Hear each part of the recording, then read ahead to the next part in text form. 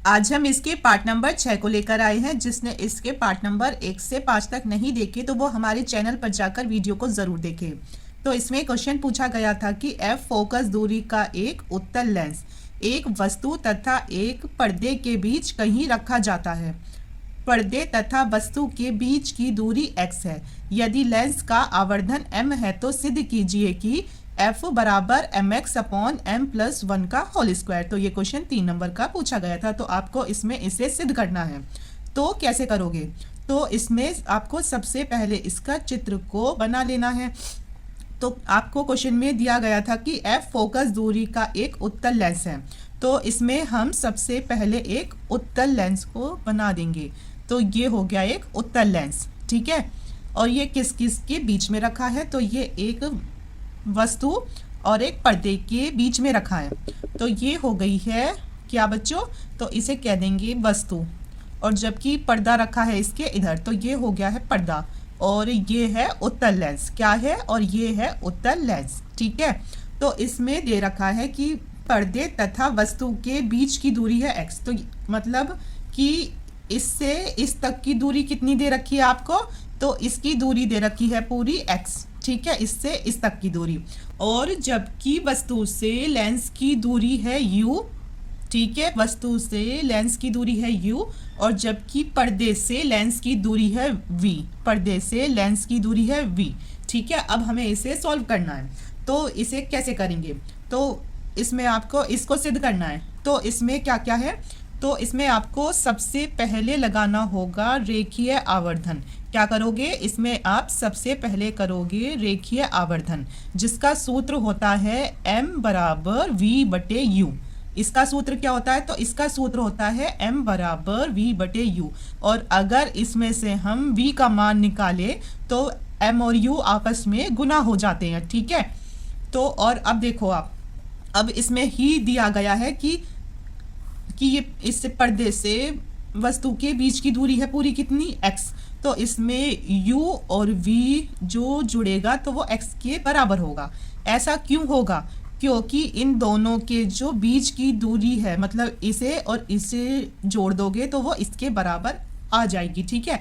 और इसमें से हम निकाल लेंगे v का मान। तो फिर जो u है वो इधर चला जाएगा, तो ये आ जाएगा v बराबर x माइनस u। अब इस v का मान इस सूत्र में रख देंगे तो होगा बच्चों m बराबर v की जगह रखोगे आप x माइनस u, और इसमें था नीचे u।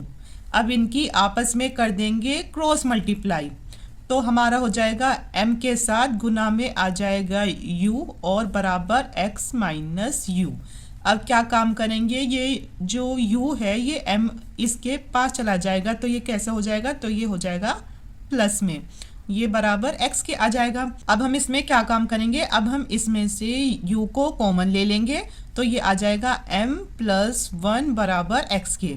तो u बराबर हो जाएगा x अपॉन, और ये सारा इसके नीचे आ जाएगा, तो इसका सूत्र हो जाएगा, तो u बराबर होगा x अपॉन m प्लस 1 के।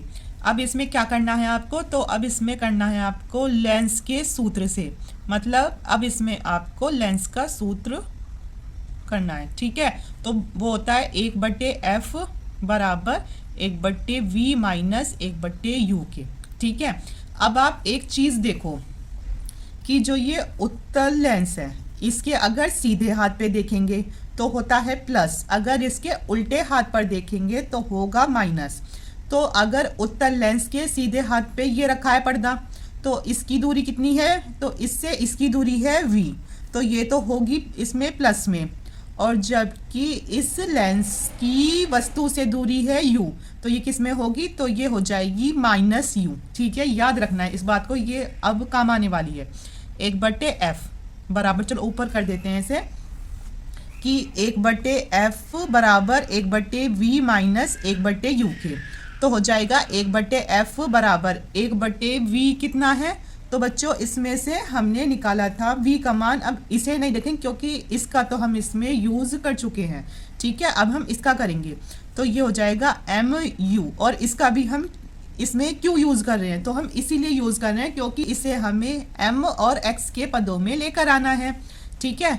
तो क्योंकि इसमें अगर हम इसका मान रखते हैं v का, तो इसमें m तो कहीं नहीं है, तो इसीलिए हमें इसका यूज करना पड़ा। माइनस 1/, अभी ये बताया है कि इसमें u कैसा होगा, तो u हो जाएगा माइनस। तो इसमें रखो u का मान जो अभी आया है, ये रहा x/m+1। ठीक है, तो ये किस में है, तो ये है माइनस में। अब अगला स्टेप क्या होगा, 1/f बराबर 1/mu, और ये हो जाएगा माइनस माइनस प्लस। ठीक है, ये इससे कट जाएगा, तो ये हो जाएगा 1/x/m+1। अब क्या होगा कि ये m+1 ऊपर चला जाएगा, और जब ये ऊपर जाएगा तो हो जाएगा 1/f/m, और u की जगह इसका फिर से मान रख दो, तो ये x/m+1 के, ठीक है, प्लस, और ये m+1 चला गया ऊपर, अपॉन हो गया x। आ गया इतना समझ में। अब देखो मतलब 1 2 3, तो जो तीसरे नंबर पर होता है तो वो सबसे ऊपर चला जाता है। तो ऐसे ही इसमें देखो 1 2 3, तो ये तीसरे नंबर पर है, तो अब फिर m+1 इसमें ऊपर चला जाएगा। तो 1/f मतलब इसमें आपको जहाँ भी ये दिख रहा है u, तो उसका मान रख देना है, क्योंकि आपको जो इसमें सिद्ध करना है तो वो m और x के पदों में ही होना चाहिए, इसीलिए हम ऐसा कर रहे हैं। तो अब इसका ये ऊपर चला जाएगा, तो हो जाएगा m+1/mx, ठीक है, प्लस m+1/x। अब आप इसमें से और इसमें से कुछ कॉमन ले सकते हो क्या, तो 1/f बराबर होगा, इसमें से m+1 कॉमन आ जाएगा क्योंकि दोनों में सेम है, और इसमें x और x सेम है, तो इसमें से x आ गया कॉमन। तो बच्चों इसमें क्या बचा, इसमें केवल 1/m बचा, क्योंकि इसका ये और ये इधर आ चुका है बाहर, प्लस इसमें ये पूरा आया बाहर, तो ये हो गया। अब अगर हम 1/m और प्लस 1 का एलसीएम करेंगे तो ये हो जाएगा, ठीक है, तो क्या होगा, नीचे m बचेगा, 1 प्लस m एकम m, तो मतलब m की गुना हो जाएगी, तो ये हो जाएगा 1/f बराबर m+1/x इंटू, और ये कितना है, तो ये भी हो गया हमारा m+1/m। तो 1/f का मान कितना आया, तो बच्चों इसमें क्या आया, 1/f आ गया है कितना, mx आ गया गुना में, और ये कितनी बार है, 2 बार, तो ये आएगा m+1 का होल स्क्वायर, और जब इसे उल्टा कर देंगे f आ जाएगा, और ये उल्टा होगा तो ये ऊपर आ जाएगा, तो f बराबर mx/m+1 का होल स्क्वायर, और हमें इसे ही सिद्ध करना था, तो ये हो गया है सिद्ध। ठीक है, अगला क्वेश्चन पूछा गया था कि प्रकाश के ध्रुवण से क्या तात्पर्य है, परावर्तन के द्वारा समतल ध्रुवित प्रकाश उत्पन्न करने की किसी विधि का वर्णन कीजिए।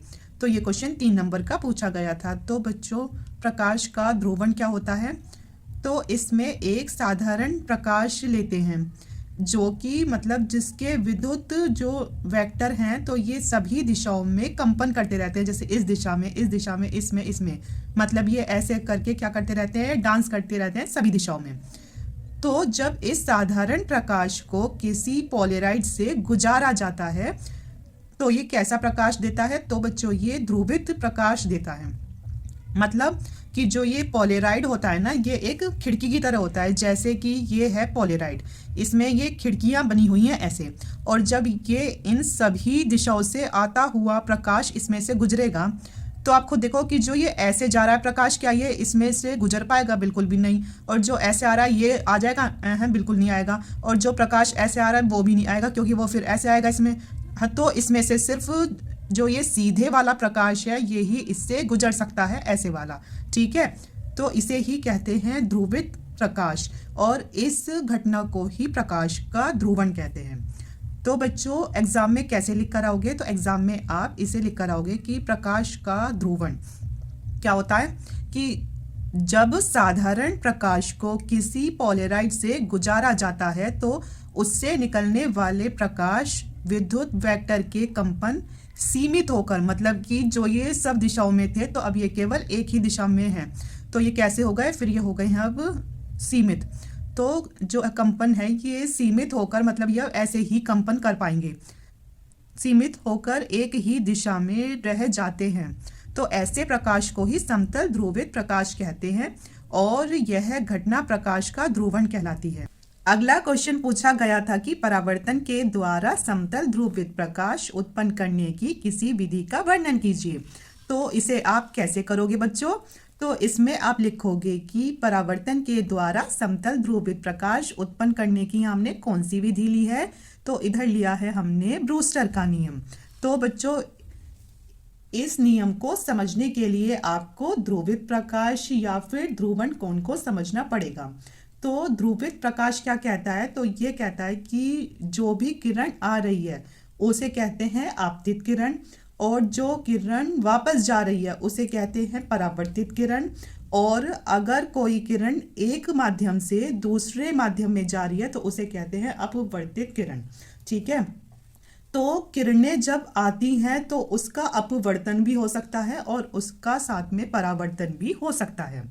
तो आपतित किरण कौन सी है? कि जो आ रही है, और जो ये परावर्तित किरण कौन सी होती है? जो कि एक ही माध्यम में आती है और उसमें ही वापस मतलब चली जाती है। और जो तीसरी किरण होती है, जैसे कि ये आ रही है कौन से माध्यम से? तो जो किरण विरल से सघन में चली जाती, मतलब एक माध्यम से दूसरे माध्यम में चली जाए, उसे कहेंगे अपवर्तित किरण। ठीक है, और बच्चों ये क्या है? तो ये होता है अभिलंब। तो अभिलंब और आपतित किरण के बीच बना कोण कौन सा कोण होता है? तो ये होता है आपतन कोण। तो ये होगा IP। और अभिलंब और दूसरा परावर्तित किरण के बीच बना कोण कौन सा कोण है?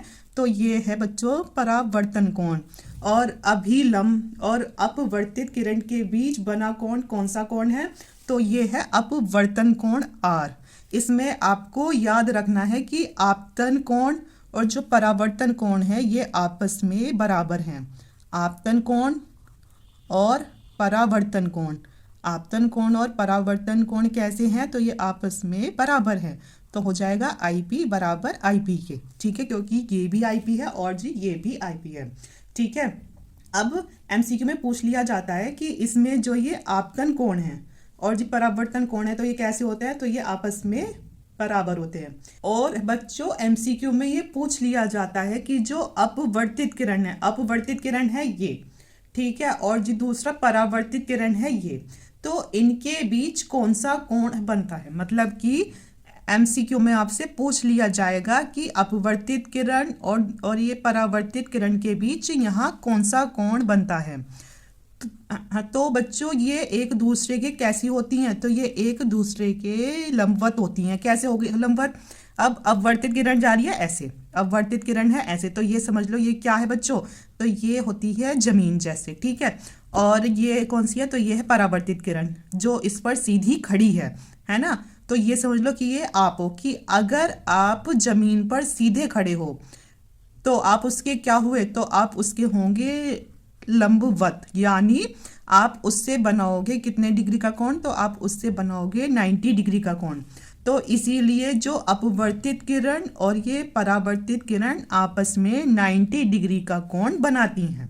कौन सा कोण बनाती हैं? तो ये आपस में 90 डिग्री का कोण आता है। यहाँ आगे समझ में इतना। तो अब एक और चीज़ है कि अगर आपसे पूछ लिया जाए कि ये वाला कोण और ये पूरा कोण कितने का होगा, मतलब जो ये पूरा कोण दिया गया है, ये पूरा कोण पूछ लिया गया कि ये कितने का होगा, तो आपने कभी वो देखा है चांदा?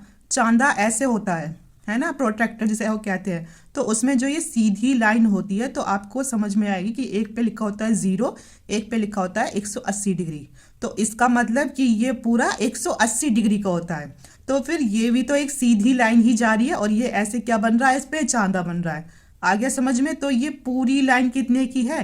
तो ये पूरी लाइन होती है 180 डिग्री का, मतलब ये पूरा चांदा होता है 180 डिग्री का। तो जो ये पूरा कोण होगा तो ये कितने का है?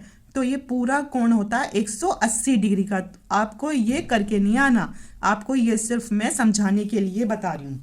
ठीक है, इतना आगे समझ में? तो ये आपको लिखना है कि ये 180 डिग्री का। तो ये आपको एग्जाम में ऐसे लिख कर नहीं आना, ये तो सिर्फ आपको मैं समझा रही हूँ। अब आप वो समझिए कि आखिर ध्रुवण कोण क्या होता है ना। तो ऐसा आपतन कोण है ये, क्योंकि ये आपतित किरण और अभिलंब के बीच में है।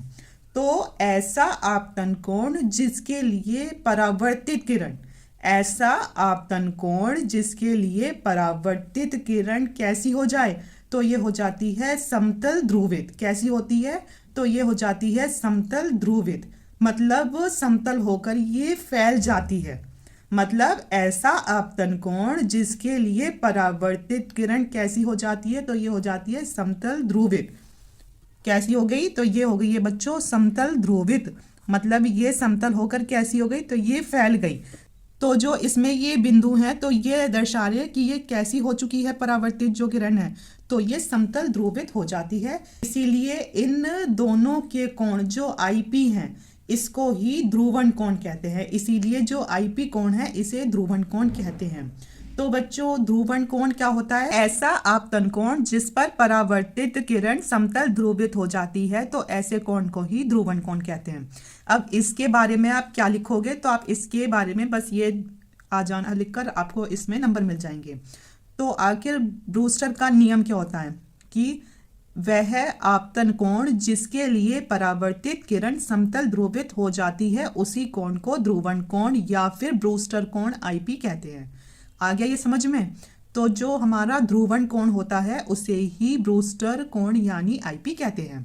अब आप इसमें अगली लाइन लिखोगे कि किसी माध्यम का अपवर्तनांक n, किसी भी माध्यम का अपवर्तनांक क्या है? n, और उसका ध्रुवण कोण है आईपी, तो उसकी स्पर्श ज्या के बराबर होता है। स्पर्श ज्या का मतलब होता है tan, स्पर्श ज्या का मतलब होता है बच्चों क्या? tan। इसे ही ब्रूस्टर का नियम कहते हैं। तो बच्चों आखिर ब्रूस्टर का नियम क्या होता है?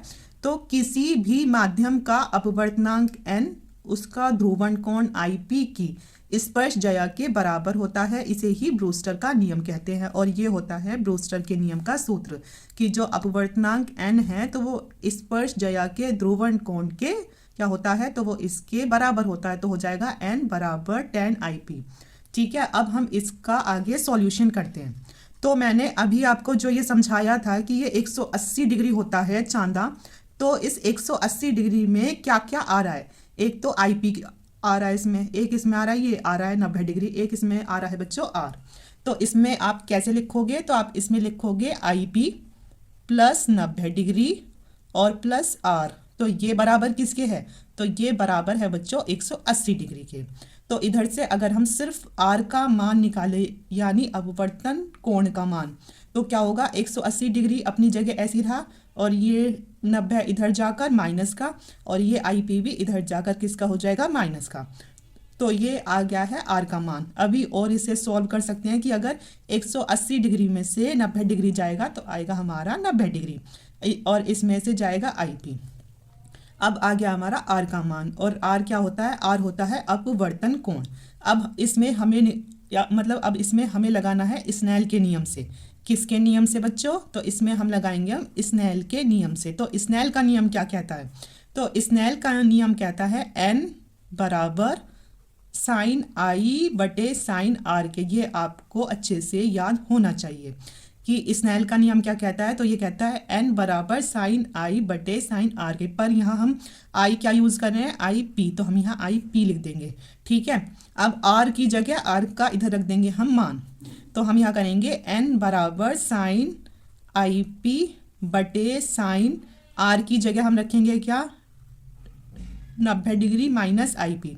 अब चूंकि आपको पता है बच्चों कि साइन 90 माइनस थीटा किसके बराबर होता है? तो ये होता है कोस थीटा के बराबर। समझ में आई बात? चूंकि साइन 90 माइनस थीटा बराबर होता है कोस थीटा के, तो इस साइन 90 माइनस आईपी की जगह क्या आएगा? कोस आईपी। तो अब इसकी जगह रख दो, n बराबर हो जाएगा साइन आईपी और बटे में कोस आईपी के। हो गया। अब आपको इतना भी पता होगा चूंकि साइन थीटा बटे कोस थीटा बराबर होता है टेन थीटा के, तो फिर ये इसके बराबर हो जाएगा। तो हम इसकी जगह रख देंगे टेन थीटा। n बराबर आ जाएगा टेन थीटा की जगह क्या है यहाँ? I P. n बराबर टेन आई पी। तो हमें इसमें मतलब ये ही प्रूफ करना था। क्या प्रूफ करना था इसमें हमें? तो इसमें हमें n बराबर टेन आई पी प्रूफ करना था, जो कि होता है ब्रूस्टर का नियम। और हाँ बच्चों, मैंने पूरी कोशिश की है कि ये आपको अच्छे से अच्छे समझ में आ जाए बिल्कुल। ठीक है, तो ये मैंने मतलब बहुत इजी लैंग्वेज में लिखा है। अब आपको शायद अच्छे से समझ में आ गया होगा, तो इसमें हमें प्रूव करना था। और एक और बात बता दूं कि ये जो है 180 डिग्री, तो एग्जाम में आपको इसे लिख कर नहीं आना, इसको सिर्फ समझाने के लिए करा है कि ये तीनों 180 के बराबर होते हैं, कि जिससे आपकी ये डेरिवेशन आपके लिए आसान हो जाए। ठीक है, ये हो गया। अब आप इसका अगर स्क्रीनशॉट लेना चाहते हैं तो फिर आप इसका स्क्रीनशॉट ले सकते हैं। अगला क्वेश्चन पूछा गया था कि किसी वैद्युत द्विध्रुव को एक समान विद्युत क्षेत्र में संतुलन की स्थिति में थीटा कोण को घुमाने में किए गए कार्य के लिए सूत्र प्राप्त कीजिए। तो ये डेरिवेशन 3 नंबर की पूछी गई थी। तो इसके चित्र में क्या होता है कि आपको जो ये ऑरेंज कलर की लाइन दिख रही है, तो ये होता है इसमें एक समान वैद्युत क्षेत्र ई। और जो आपको इसमें ये ए बी तिरछी लाइन दिख रही है, इसे ही कहते हैं वैद्युत द्विध्रुव। और बच्चों, वैद्युत द्विध्रुव क्या होता है? जिसके 2 ध्रुव होते हैं, एक तो होता है प्लस और दूसरा होता है माइनस, तो उसे ही वैद्युत द्विध्रुव कहते हैं। और जो ये इसका वैद्युत द्विध्रुव है, तो ये कितने कोण पर है? तो ये रखा गया है थीटा कोण पर। अब इसके बारे में आप एग्जाम में ऐसे लिख कर आओगे कि माना एक वैद्युत द्विध्रुव ए बी को एक समान विद्युत क्षेत्र ई में थीटा कोण पर रख दिया गया है, तो एक समान वैद्युत क्षेत्र में रखे द्विध्रुव पर लगने वाला बल आघूर्ण होगा टाउ बराबर पी ई साइन थीटा होगा। और इसे समीकरण 1 समझ लेंगे। ठीक है। और अगर आपके एग्जाम में ये वाली डेरिवेशन पूछ ली जाए कि एक समान वैद्युत क्षेत्र में रखे द्विध्रुव पर लगने वाला बल आघूर्ण का व्यंजक प्राप्त कीजिए, तो बच्चों ये वाली डेरिवेशन मैंने अपनी शॉर्ट्स में करा रखी है। जिसने नहीं देखी तो वो हमारे चैनल पर जाकर जरूर देखे, शॉर्ट्स में आपको अच्छे से समझ में आ जाएगी। तो एक समान वैद्युत क्षेत्र में रखे द्विध्रुव पर लगने वाला बल आघूर्ण का सूत्र होता है टाउ बराबर पी ई साइन थीटा। इसे समीकरण 1 मान लेंगे। अब जो हमारा ये है वैद्युत द्विध्रुव, इसे हम थोड़ा क्या कर देंगे? इसे हम कर देंगे विस्थापित। विस्थापित का मतलब इसे थोड़ा सा घुमा देंगे। अब हमें इस द्विध्रुव को थोड़ा सा, अगर हम इसे घुमा रहे हैं तो हमें इसमें कार्य भी थोड़ा ही करना पड़ेगा। जैसे ये है द्विध्रुव रखा है, अब हमने इसे थोड़ा सा ऐसे घुमा दिया, मतलब इसे क्या कर दिया? विस्थापित कर दिया थोड़ा सा, तो इसमें हमें कार्य भी थोड़ा सा ही करना पड़ा। और अगर हम इसे ही द्विध्रुव को संपूर्ण घुमा देंगे, मतलब पूरा घुमा देंगे, तो इसमें हमें कार्य भी फिर वो सारा ही करना पड़ेगा।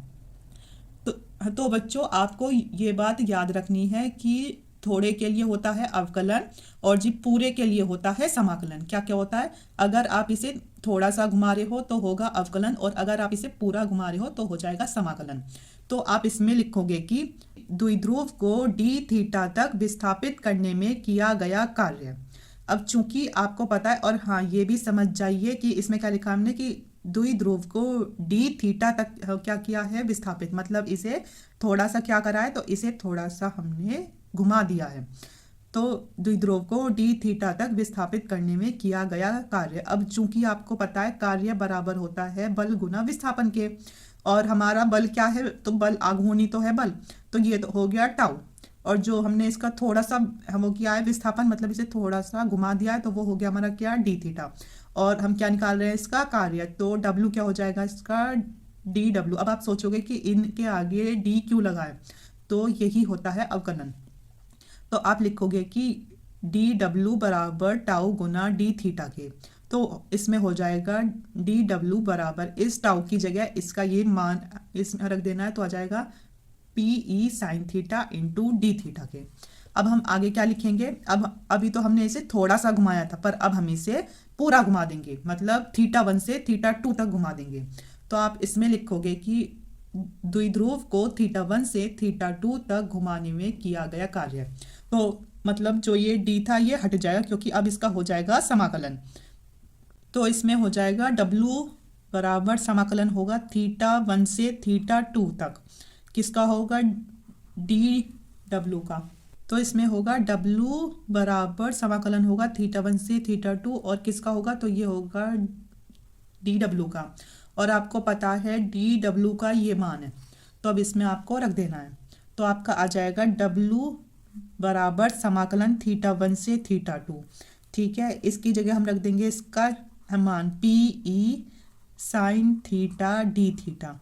अब चूंकि आपको ये पता है कि जो साइन थीटा का समाकलन होता है तो वो होता है माइनस कॉस थीटा, तो हम यहाँ करेंगे डब्ल्यू बराबर, देखो इधर क्या है? ये थीटा है, और ये थीटा इसके साथ है और इसके साथ है, तो इन तो इनका तो यूज़ होगा, लेकिन इनका दोनों का इसमें कोई यूज़ नहीं है, तो इन्हें इसमें निकाल देंगे बाहर।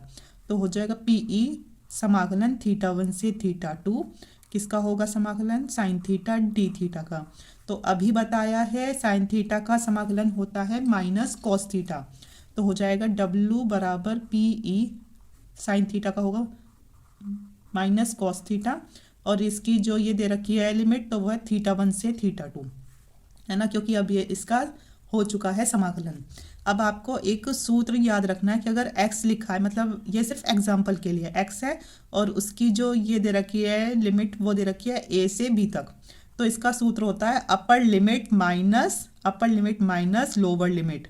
मतलब पहले आएगी ऊपर वाली लिमिट, मतलब x तो आएगा उसके साथ ऊपर वाली लिमिट माइनस, फिर x आएगा और उसके साथ आएगी फिर कौन सी वाली लिमिट, नीचे वाली लिमिट। तो ये इसका मतलब सूत्र होता है अगर ऐसे हो तो हो जाएगा W बराबर PE माइनस कोस थीटा की जगह पहले आएगा θ2, क्योंकि पहले आता है अपर लिमिट और फिर आती है नीचे दूसरी लिमिट, तो आएगा कोस θ2। अब फिर क्या होता है, फिर होता है माइनस करके फिर कौन सी आती है, ये आती है नीचे वाली लिमिट, पर ये तो खुद ही इसमें माइनस में कोस थीटा की जगह आ जाएगा θ1, हो गया इतना। तो हो जाएगा W बराबर PE माइनस कोस θ2, और ये क्या हो जाएगा, माइनस माइनस होता है प्लस, तो ये आपस में जुड़ जाएंगे, तो हो जाएगा कोस θ1। आया इतना समझ में। तो इसे हम ऐसे भी लिख सकते हैं कि W बराबर PE कोस θ1 माइनस कोस θ2, आप इसे ऐसे भी तो लिख सकते हो। तो एक तो ये है इसकी डेरिवेशन का सॉल्यूशन जो है, ठीक है। पर इसमें ये भी पूछ लेते हैं कि यदि अगर हम इस θ1 की जगह रख दें 0 डिग्री और θ2 की जगह हम रख दें थीटा, तो क्या होगा, तो हो जाएगा W बराबर PE कोस θ1 की जगह रखा हमने 0 डिग्री माइनस कोस θ2 की जगह रखा हमने थीटा, ठीक है। अब चूंकि आपको पता है कोस 0 डिग्री का मान होता है 1, तो इस कोस 0 डिग्री की जगह आ जाएगा 1, तो हो जाएगा W बराबर PE कोस 0 डिग्री की जगह 1 माइनस कोस थीटा। तो ये है इस डेरिवेशन का सॉल्यूशन, W बराबर PE 1 माइनस कोस थीटा। तो ये इसका क्या निकल गया, तो ये इसका निकल गया है कार्य। अगला क्वेश्चन अथवा करके पूछा गया था कि हाइड्रोजन परमाणु में एक इलेक्ट्रॉन नाभिक के चारों ओर 5 गुना 10 की घात माइनस 11 मीटर त्रिज्या की कक्षा में 2.2 गुना 10 की घात 6 मीटर प्रति सेकंड की चाल से चक्कर लगाता है, तो इसके समतुल्य वैद्युत धारा का मान ज्ञात कीजिए। तो ये न्यूमेरिकल 3 नंबर का पूछा गया था। तो क्वेश्चन में दे रखा है हाइड्रोजन परमाणु में एक इलेक्ट्रॉन नाभिक के चारों ओर चक्कर लगाता है। तो जैसे ये है एक हाइड्रोजन परमाणु और ये है इसका नाभिक, तो एक ही इलेक्ट्रॉन है, कितने इलेक्ट्रॉन है, एक ही इलेक्ट्रॉन इसके चारों ओर चक्कर लगा रहा है और इसकी नाभिक से त्रिज्या होती है r, ठीक है। तो इसमें हमें ये देखना है क्वेश्चन में हमें क्या क्या दे रखा है। तो इसमें दे रखा है, पहले तो दे रखी है इसमें त्रिज्या, तो r का मान दे रखा है 5 गुना 10 की घात माइनस 11 मीटर के, और दूसरा इसमें क्या दे रखा है कि इतने मीटर प्रति सेकंड की चाल से, यानी इसमें दे रखा है हमें v का मान जो कि है 2.2 गुना 10 की घात 6 मीटर प्रति सेकंड। अब इसमें क्या दे रखा है, और एक और चीज़ दे रखी है इसमें कि हाइड्रोजन परमाणु में एक ही इलेक्ट्रॉन है, तो यहाँ इलेक्ट्रॉन की संख्या n दे रखी है 1, ठीक है। इसके समतुल्य वैद्युत धारा यानी आपसे पूछा है इसमें I का मान, ठीक है। तो अब इसे कैसे सॉल्व करेंगे, तो बच्चों एक वृत्त की परिधि, तो परिधि होती है 2πr, परिधि होती है एक वृत्त की 2πr, तो इसका मतलब है कि एक पूरा चक्कर कितने का हुआ, तो इसका जो ये पूरा चक्कर है, एक वृत्त की परिधि होती है, मतलब ये जो पूरा चक्कर होता है तो ये कितना होता है, तो ये होता है 2πr, मतलब कि ये दे दी इसकी क्या दूरी, एक पूरा चक्कर मतलब कि ये दे दी गई है इसकी दूरी। तो इसमें आपको क्या निकालना है, तो बच्चों इसमें आपको धारा I को निकालने के लिए पहले आपको ये पता होना चाहिए कि इलेक्ट्रॉन ने एक पूरा चक्कर लगाने में कितना समय लिया है।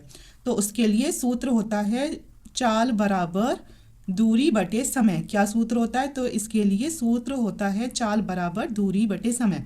अब इसमें क्या निकालना है? हमें इसमें निकालना है समय। तो समय की जगह चाल और इस चाल की जगह आ जाएगा समय। तो हो जाएगा समय बराबर दूरी बटे चाल के। ठीक है। अब समय होता है टी और दूरी अभी बताइए, मतलब एक इसका पूरा चक्कर, तो वो आ जाएगा 2 पाई आर अपॉन इसकी चाल क्या होती है? तो इसकी चाल दे रखी है v। अब चूंकि आपको किसका मान निकालना है? i का मान। तो आपको पता है i बराबर होता है q बटे t के। और चूंकि आपको ये भी पता है आवेश बराबर q बराबर एन ई सूत्र होता है। क्या होता है? चूंकि q बराबर एन ई, तो इस q की जगह क्या रखें? एन ई रख देंगे। एन ई अपॉन है टी। अब आपको ये पता है इसमें n का मान कितना दे रखा है? 1। तो इसकी जगह तो 1 आ जाएगा, तो हो जाएगा i बराबर e बटे टी के। अब आपको ये भी पता है कि इसमें e का भी मान दे रखा है। e का मान आपको पता है कितना होता है? अभी सिर्फ e का मान नहीं रखो, e रखो, क्योंकि ये t का मान जो दे रखा है। तो अब इस t की जगह इसका मान आ जाएगा 2 पाई आर बटे में v के। अब ये v ऊपर चला जाएगा, v यहाँ आ जाएगा, तो क्या हो जाएगा? तो इधर हो जाएगा i बराबर e गुना v बटे 2 पाई आर के। आ गया। अब इसमें जो जो मान दे रखा है उसको सिर्फ उतार दीजिए। और ये ई क्या है? ई होता है इलेक्ट्रॉन पर आवेश। क्या होता है? ई होता है इलेक्ट्रॉन पर आवेश, जो कि होता है 1.6 गुना 10 की घात माइनस 19 गुलाम के। ठीक है। तो इस ई की जगह इसका मान रखना है। तो आई बराबर ई की जगह रखना है 1.6 गुना 10 की घात माइनस 19।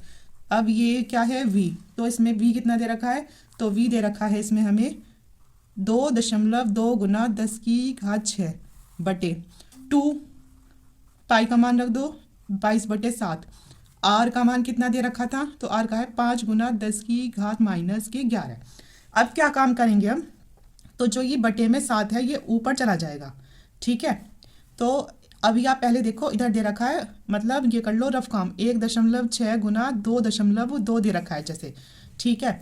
तो जब इसका हटा दशमलव तो आया 10, इसका हटा तो आया 10 नीचे, तो कितने हुए ये? तो ये हुई 10 की घात 2। और जब ये 10 की घात 2 ऊपर जाएगी तो कितनी आएगी? तो ऊपर आ जाएगी 10 की घात माइनस के 2। आ गया इतना समझ में? कैसे आया ये? कि जब इसका दशमलव हटा इसका हटा, तो ये आ गया कितना? 10। 10 का मतलब 100, मतलब आ गया ये 10 की घात 2। और जब ये ऊपर जाएगी तो ये कैसी हो जाएगी? तो ये आ जाएगी माइनस में। तो ये आ गया इसकी जगह, और ये 10 की घात 6 ऐसे ही रहा। आया समझ में? तो इसका दशमलव हटा इसका हटा, तो अब ये कितना हुआ? तो ये हो गया है 22 गुना, और ये है 10 की घात माइनस 19। ठीक है। गुना, और ये कितना रह गया? 16 और बराबर आई।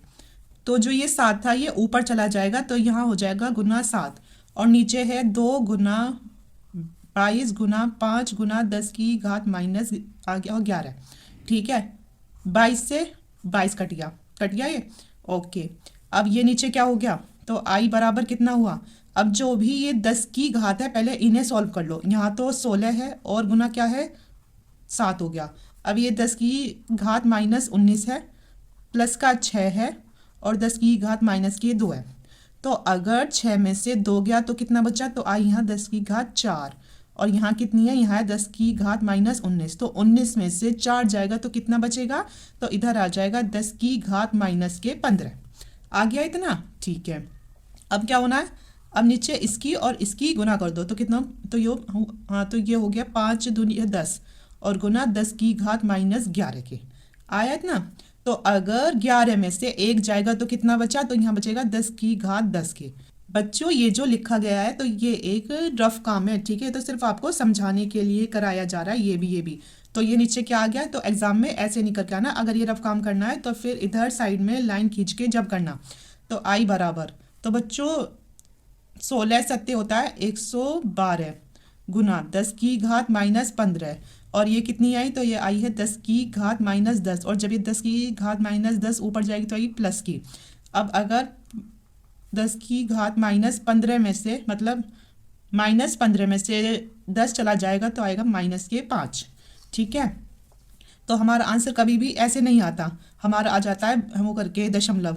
तो जैसे समझो दशमलव यहाँ है तो एक स्थान यहाँ कूदा, एक स्थान यहाँ, तो मतलब कितने स्थान कूद गया, तो ये कूदा है 2 स्थान, वो भी ऐसे मतलब ऐसे कूदा है 1 और 2 स्थान। और जब भी ऐसे चलते हैं मतलब कि सीधे से उल्टे की तरफ तो होता है प्लस।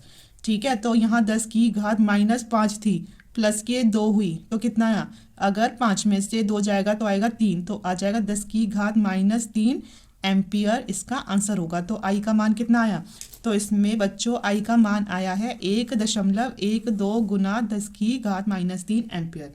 और आज की वीडियो में इतना ही। आज की वीडियो में मैंने आपको हर एक क्वेश्चन को बिल्कुल अच्छे से एक्सप्लेन करने की पूरी कोशिश की है। और अगर आपको वीडियो पसंद आई हो तो अपने दोस्तों के साथ ज़्यादा से ज़्यादा शेयर कीजिए और हमारे चैनल को सब्सक्राइब कीजिए। Thank you.